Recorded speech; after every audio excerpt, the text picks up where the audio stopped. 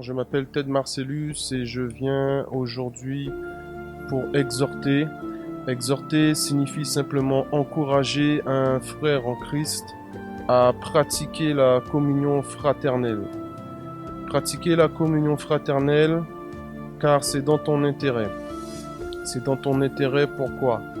Car Dieu a prévu des bonnes choses pour toi dans ces moments-là. Il a prévu des grâces et des bénédictions qu'il s'est réservées à distribuer dans ces moments de communion fraternelle. Et j'aimerais partager avec toi cette parole du Seigneur qui se trouve dans le psaume 133 où il est écrit « Cantique des degrés de David. Voici, ô, qu'il est agréable, qu'il est doux pour des frères de demeurer ensemble. C'est comme l'huile précieuse qui répandue sur la tête, descend sur la barbe d'Aaron, qui descend sur le bord de ses vêtements. C'est comme la rosée de l'Hermon qui descend sur les montagnes de Sion.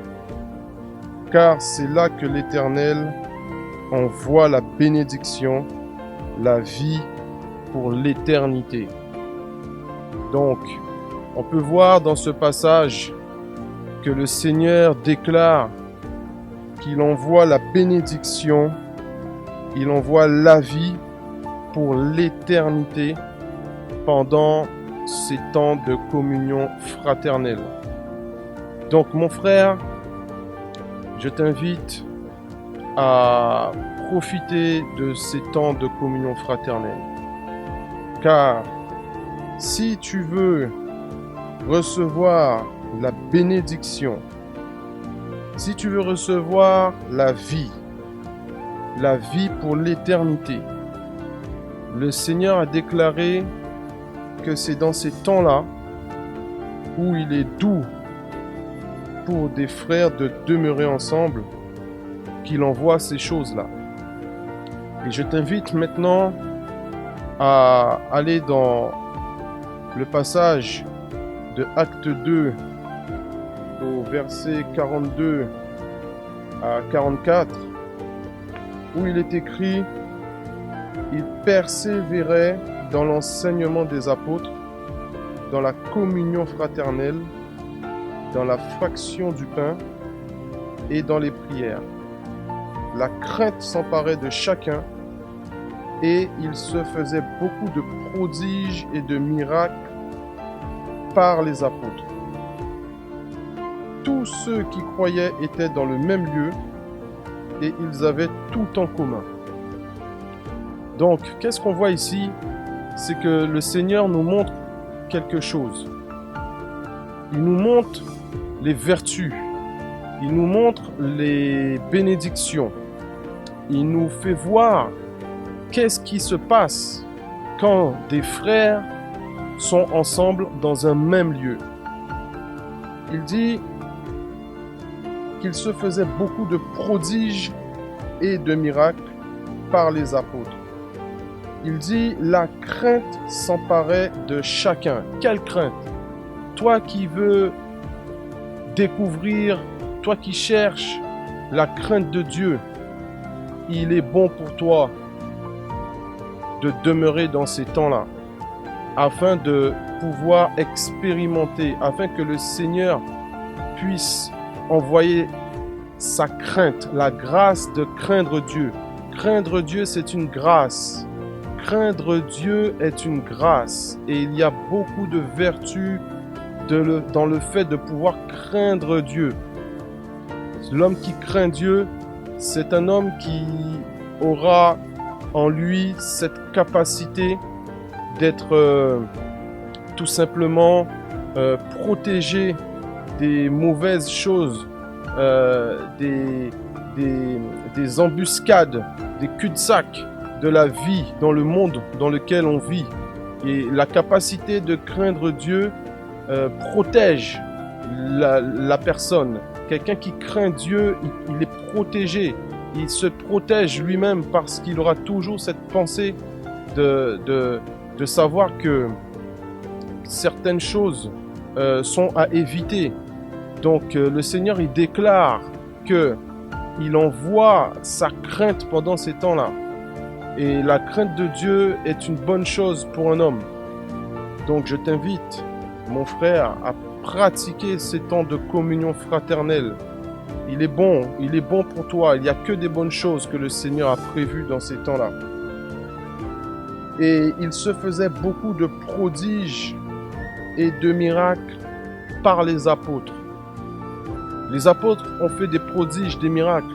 Toi qui veux servir le Seigneur, toi qui veux voir des personnes guéries, toi qui veux voir des personnes sorties de l'emprise du diable, des œuvres des ténèbres, pour voir cela, afin que le Seigneur te fasse grâce de cela. Profite de ces temps de communion fraternelle, car le Seigneur, pendant ces temps-là, il envoie sa bénédiction, il envoie la vie pour l'éternité. Toi qui veux avoir la vie éternelle, il est dit dans le psaume 133, il envoie la vie pour l'éternité. Donc quand tu es entre frères, quand tu es en groupe, quand tu es en communauté fraternelle, tous ceux qui sont convertis à Christ, je vous invite à pouvoir trouver des temps de communion fraternelle afin d'expérimenter ce que Dieu a prévu pour vous. Car c'est dans ces temps-là aussi que toi qui veux marcher dans la volonté du Seigneur et qui ne trouve pas comment où aller, il va envoyer à ce moment-là, il va te saisir par la crainte et il va te communiquer la direction de sa volonté. Donc c'est pourquoi ne prenons pas ces temps de communion fraternelle comme quelque chose qui ne soit pas important. Mais c'est d'autant plus important que d'aller à l'église le dimanche. Aller à l'église le dimanche, c'est bien. Le Seigneur, il est présent aussi le dimanche. Il est présent aussi dans la grande assemblée. Mais il y a des choses qu'il s'est réservées. Il s'est réservé certaines choses qu'il veut communiquer à ses fils, à ses enfants pendant ce temps de communion fraternelle. Donc encore une fois, je t'exhorte mon frère, je t'exhorte à pouvoir te tenir dans la présence de Dieu quand des communions fraternelles seront mises en place, quand tu as l'opportunité d'avoir dans ton assemblée locale un groupe de frères qui persévèrent dans la communion fraternelle, je t'invite à te greffer à ce groupe, à prier d'abord le Seigneur afin qu'il te conduise dans un groupe de communion fraternelle efficace et véritable, un groupe où la présence du Seigneur est là, où le Saint-Esprit agit, où le Saint-Esprit te relève, où le Saint-Esprit te donne cette énergie, cette capacité de pouvoir trouver une direction dans ta vie, une direction où tu te sens utile dans ce monde-là.